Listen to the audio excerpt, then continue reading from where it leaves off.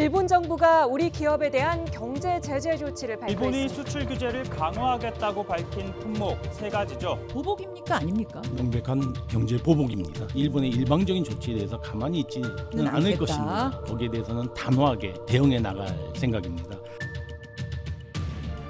일본은 계속 말합니다. 이거 보복 아니고 양국 간의 신뢰관계가 깨져서 그렇다.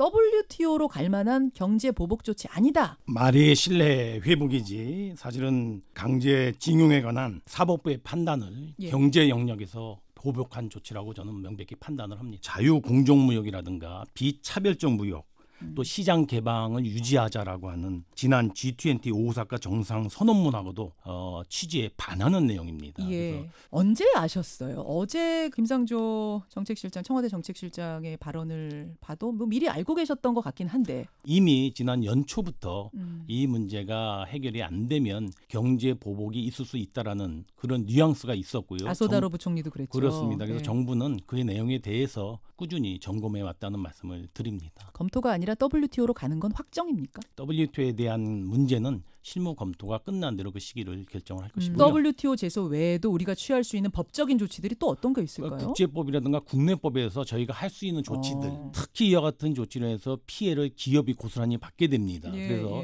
해당 관련 기업과 피해 최소화라든가 또 우리가 일본에 대한 대응까지 포함해서 대응책을 강구해 나갈 생각입니다. 그동안 우린 계속 타격받는 건데 뭔가 더 실질적인 걸 해야 되지 않느냐. 맞보복 같은 거 생각하고 계시지 않습니까? 경제 제재 보복을 철회하지 않는다면 또 일본에게 상응할 수 있는 조치를 정부가 강구를 할 것입니다. 상응 조치라고 지금 하셨어요. 네, 그렇습니다. 그 말씀은 그쪽에다가도 타격을 줄 수 있는 어떤 수출 규제, 경제 조치도 생각을 궁극적으로는 하고 계십니까? 그런 상황들을 아까 말씀드린 배제할 수는 없는데요. 배제할 수는 보복 조치는 WTO 협정이라든가 국제법에 위반되는 내용이고요. 이와 같은 경제 보복은 저는 철회돼야 된다고 생각을 하고요. 당연하죠.